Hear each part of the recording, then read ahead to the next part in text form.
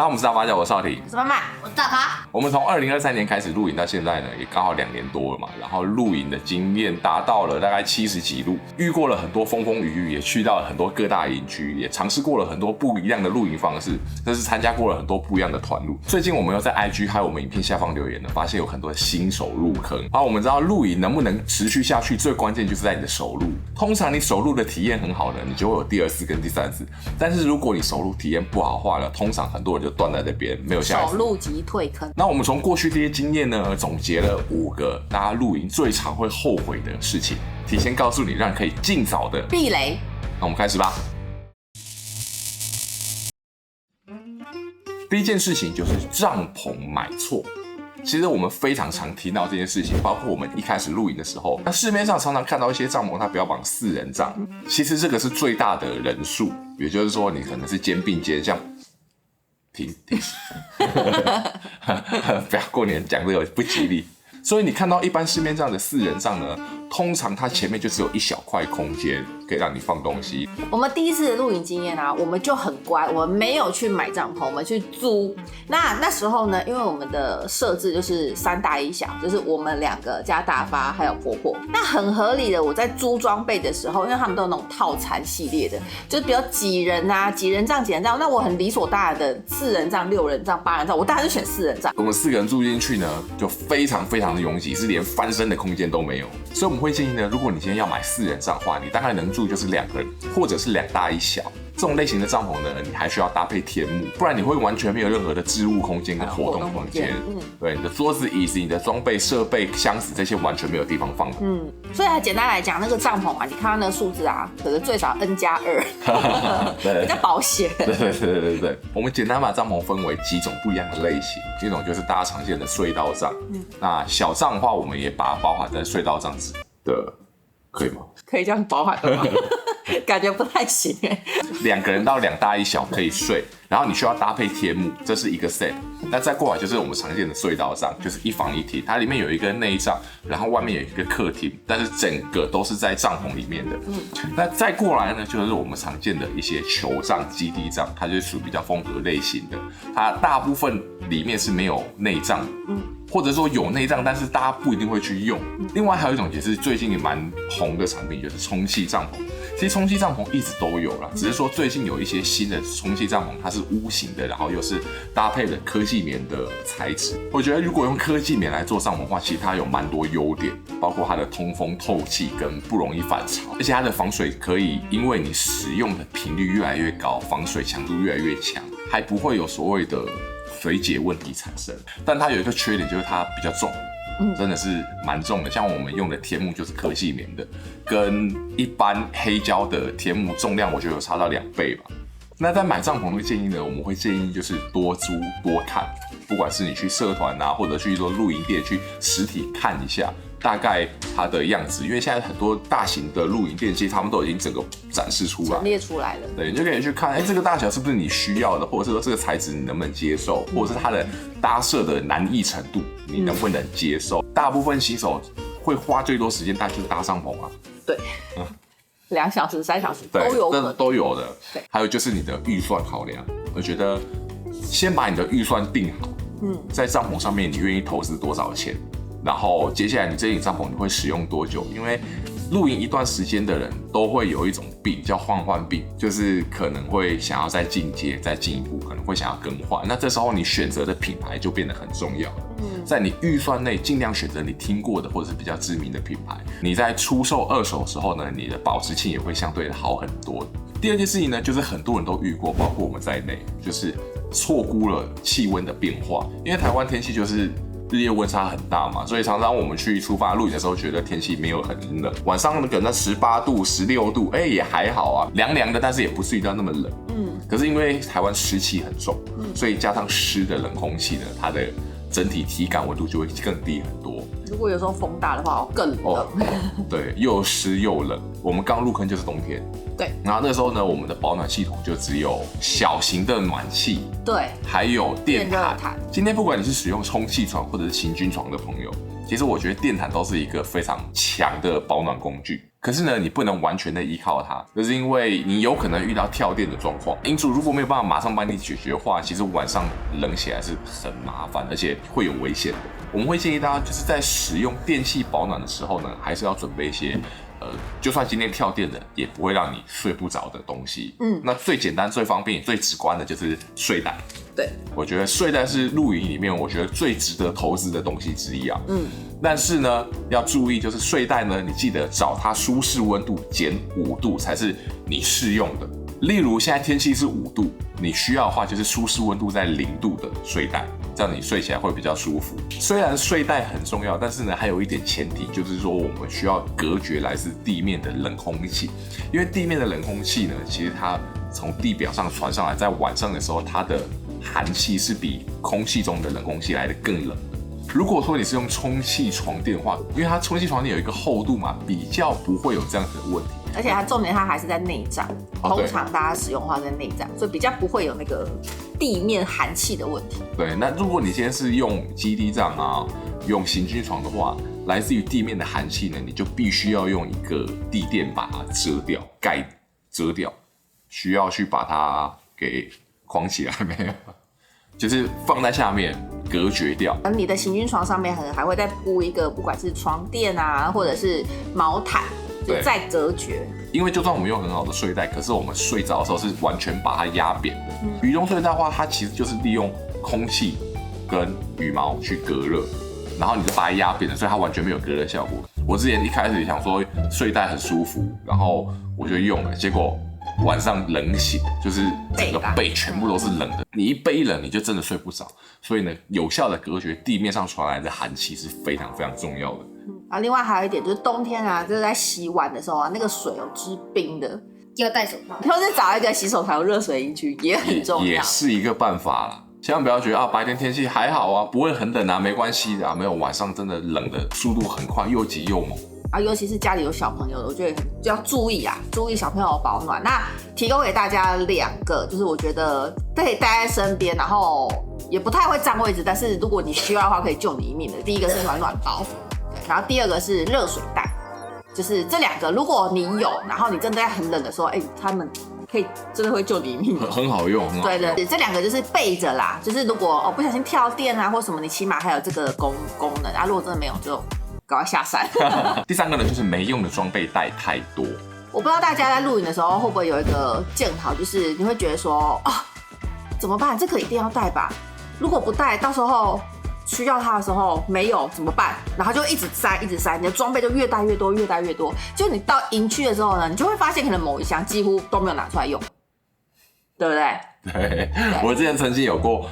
那个所有箱里面半箱都没用到，然后就被骂你带这干嘛？可是因为它的东西收纳不一定很大，你就觉得带着有备无患，然后就放一点，但这种东西累积起来就超级多的。对，就像我之前曾经那一次，我就是要用卡式炉，这位先生就还把 IGT 炉带过去，我说你带这个 IGT 炉干嘛？我就是要用卡式炉啊。对我而言，那个东西就是多带的，那你多那2公斤就是多。就是很浪费空间，东西已经买了就不带白不带，带去也许有机会用到。所以呢，你在露营的时候，你就会发现，你搭帐篷的时间，人家都已经开始休息了。我看过最好笑的就是，有的人偷收还比我们晚结束。那我会有一个建议啊，如果说某样东西你可能2次到3次露营，你都发现你都没有再拿它出来了，就别带了。建议大家可以尽量朝模组化的收纳去前进，可能利用收纳箱的方式把一定要带的东西整理出来，例如说像有帐篷啊、睡眠系统啊、桌子、椅子、灯具，还有炊具，这些东西是我们露营一定会带的东西。那其余的东西呢，你再看可以适时的斟酌减量。有一些营区啊，它可能会有一个公共的地方是可以让你煮饭，可以让你有座位坐的。如果在你附近的话，或是这是你们帐边可以使用的话，那你就可以不用带桌椅，这也差蛮多的，不用带桌椅差很多，你又不用组装，然后空间又多出来。对，因为我就是那种属于那种，就是还是会带着保万一的那种人。对，然后你东西就越带越多。我们也在做减量轻装这件事情啊。那自从我们开始做这件事情以后，发现就是时间真的变多很多，疲劳程度也降低很多。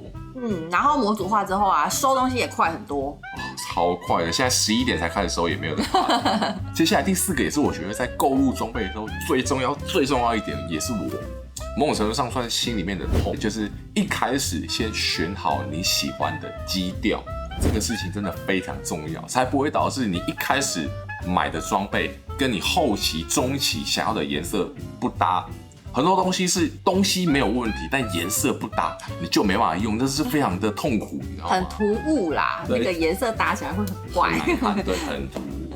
然后我们也因为这样的，其实我们也有换过一些装备，所以我觉得一开始如果就把基底颜色或者你喜欢的风格定调出来，会省掉很多不必要的花费，真的会省超级多的。我们也提供一些现在比较热门的一些风格给大家。北欧风哦，就会有点像那个乌帐，是不是？然后它会用一些碎花，对，不是碎花啦，蕾丝，然后跟那个叫捕梦网，对，那种风格。然后木头是比较浅色木头的那种感觉，花花草草浅色系的，对，就看起来会觉得好像浪漫风的感觉，蛮好看的。女生啊，我觉得女生会很容易喜欢，真的。对啊，女生啊就会觉得很浪漫啊。另外一种是属于男生会很喜欢，就是军事风格，可能很多的军事化、迷彩跟军绿为代表。对，然后会有像军帐啊，或者一些行军床，然后一些搭配出来。军风椅，大部分就是整体走的是比较军风，也有一派是很喜欢这个的玩家。再过来还有一个，我把它称为日系简约风。我觉得最知名的代表帐篷就是 ZenR。它简约吗？它下不是22个钉？看起来嘛，就是日式的那种感觉啊。等一下，我知道会有很多人不爽，因为我在拍影片的时候呢，我完全忘记了这个品牌，那就是全球知名的日系品牌 Snow Peak。而且我们刚刚提到的 ZenR 呢，它的创办人，他也是前 Snow Peak 的产品研发负责人。其实大家常听到的 IGT 系统单位做这种东西呢，它整个规格尺寸是由 Snow Peak 开始这么做的，然后其他的品牌呢就跟进去跟它做一样的规格。所以对于我而言 ，Snow Peak 除了是日本的知名大厂以外，它更是全球露营界的一个指标性的标杆，这样子的存在。我只是忘记了。那再过来呢，就是这1年来吧，很流行的韩系风格。那韩国他们其实在设计上面，我觉得都非常的大胆。那韩系风格怎样？辣。韩系风格呢，就是会 kimchi 啊，真假？很多造型很前卫的，你看那种造型很特殊的，很多都是韩系的。在怪颜色部分，在露营界呢有3原色，就是黑沙绿，这是基本上是永远不败款。但是呢，最近又出了新的颜色，就是有灰色搭配银色不锈钢的一些金属类的东西。对，然后大家就可以照着这些，你可以去搭配啊，比如说黑色加木头，黑色加银色，因为你全黑就会有点黑。就是黑漆麻好好讲话，也有很多黑麻了。反正就是大家去挑配你喜欢的，可以搭，不要就是乱搭。因为像我们一开始的时候，就是也买了很多黑色，然后我就莫名其妙买个绿色的冰箱，然后还有一些沙色的装备。对，就是你的搭起来就会觉得有点怪。它单一看这些颜色都是好看的，可是你搭在一起，那就一个突兀的东西在那边。对，我觉得搭配上面的话，最多就是2个颜色。有早期在露营的前辈应该都知道，就是以前的那个动力线啊，都是荧光色的，然后帐篷都是荧光色的，因为为了就是让大家知道你在这边嘛。他说野外的时候，野外求生啊，或者是登山的时候比较好找到。确实。因为现在开始大家都着重于美感，所以帐篷都会开始做一些比较素色的，或者是说它的色彩饱和度没有这么高。对，所以尽量可以找单一色系的，然后帐篷里面装备颜色不要超过2个。好，第5件事也是最后的一件事情，但是也是露营最重要的一件事情，就是不要选错营地。因为我们这70几路的经验呢，也不是都好的，也有一些雷的。我觉得我们已经算是避雷避的还算不错了，跟大家分享一些怎么样可以避雷的小 tips。比如说啊，你们2个小情侣好了，然后你找到一个营区，还不错然后5星预测，对，然后无敌夜景，2天后释出我一定要马上抢，然后没有做功课赶快先抢再说，对，抢了之后呢，然后你发现真的是5星预测但是哇塞，它是亲子营区。整个崩溃。这营区没有错，对你选的也没错，但错的是人。营区大概有分为几种啦，一种是风景非常好的，所有风景可能是有夜景或者是有云海这些类型的。那另外一个呢，就是营区本身就很有规划的，它可能人工感多一点点，但是它就是设备很足，然后不会这么的原始。那有一些呢，就是属于设施很多，然后主要推的是小朋友，所以它会有很多的溜滑梯啊、荡秋千，或者是说戏水池这些地方。对。那也有一些是主打大自然环境清幽啊，然后野营感很重之类的原始感。对，所以每一个营区它大概都会有一些不同的定调在那边。当然不是说绝对，很多营区它会有它的优势跟强项。但你一开始要选择这个营区的时候呢，你必须要确定说它有没有符合你的需求，千万不要造成他刚讲的那种状况，你会觉得很痛苦。明明是5星的预设，明明是很棒的景色，但是它是亲子营区的时候，你又刚好讨厌小孩，你可能7点就会被吵醒了。也没有谁错，但就是一场误会。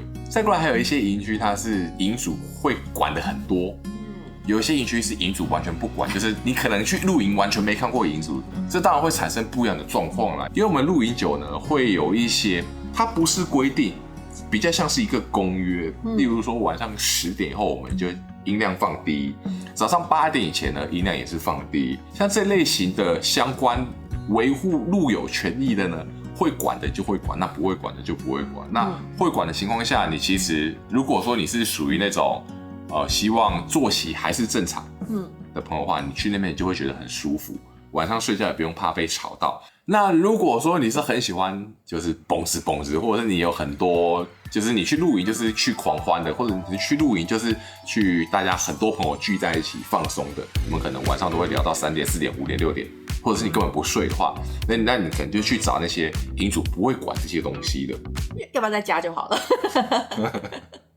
又要开始呛了。以我们为例，我们就会选择营主比较有在管理营区的，虽然规定多了一点，但如果大家都遵守的话，就比较不会互相影响到。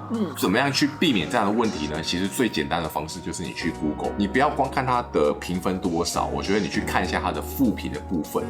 因为我发现有一些很棒的营区，它也没有办法满分，然后人家给的负评呢，完全就是搞错了，就是误会。这边就是有在管理的，这边嫌人家管太多，给了1颗星负评。那其实这跟营主没有关系，跟营区也没有关系嘛。我们的经验上就是呢，如果你去看露营区评论的负评，可以比较了解营主是怎么在处理事情的，这点很重要。有一个好的营主，真的会让你的露营经验好很多。那我们也推荐几个营区给大家参考。如果以亲子系的话呢，我印象最深的话就是意犹未尽。文化茶语录，意犹未尽就是它的设施很多，又可以滑草，又可以玩水，然后大家去都很开心。那茶语录的话，就是它的营主也是非常的热心，会带小朋友啊，还有很多生态可以看。那如果说你是喜欢清幽类型的话呢，不用多说了，我先推第一个就是横野草堂。加1。我们之前去1230，我觉得还不错。接下来要樱花季了，就不要讲，就是福寿山，那个千姻缘哦，有够美。可以的话就去。福寿山那边非常漂亮，还有司马县。我们那时候录司马县360，在樱花树下面露营，哇，那是我们很早期的，很新的时候，对，非常漂亮，就是那一个 moment， 我到现在我还忘不了。非常漂亮，也推荐给大家。云海的话呢，就是基哥那里。我们去基哥那里的时候呢，云海就是24小时的，它连晚上都看得很清楚，真的非常非常漂亮。然后大家海拔比较高一点，所以可能注意保暖。如果是夜景的话，我还蛮喜欢微笑湾的。怎么样？你拿这种出来比，我刚本来想要说那个大安幸福农场，大安幸福农场很漂亮。以上的资讯提供大家做一个参考，对，以及借鉴。我们今天犯过的错呢，就希望大家不要跟我们犯一样的错啦。没错。那跟着我们一起犯错的朋友呢，也学到经验了啊。那如果大家还有一些就是想要补充的话，也可以在下面留言，给一些就是刚入坑或者是在观望要露营的观众们，就是一些参考。对，有什么要注意的啊，或是你觉得很后悔的事情，然后觉得说，这个一定要讲出来让大家避雷的。我们也只是就是粗略的提供了5项，因为一定有很多。有时间问题啦，没有办法，这都已经剪了20几分钟了吧？讲不完。大家的留言呢，就会成为这些新手非常棒的一个养分。所以看大发家那部影片的留言，祝大家在蛇年能够什么都顺利。这个拜了太没有，这算是新年的第一步啊。对，过完年后的第一步。在新的一年，也祝大家事事顺心，身体健康，什么都顺，什么都好。拜拜。订阅了吗？什么都要订。订阅了吗？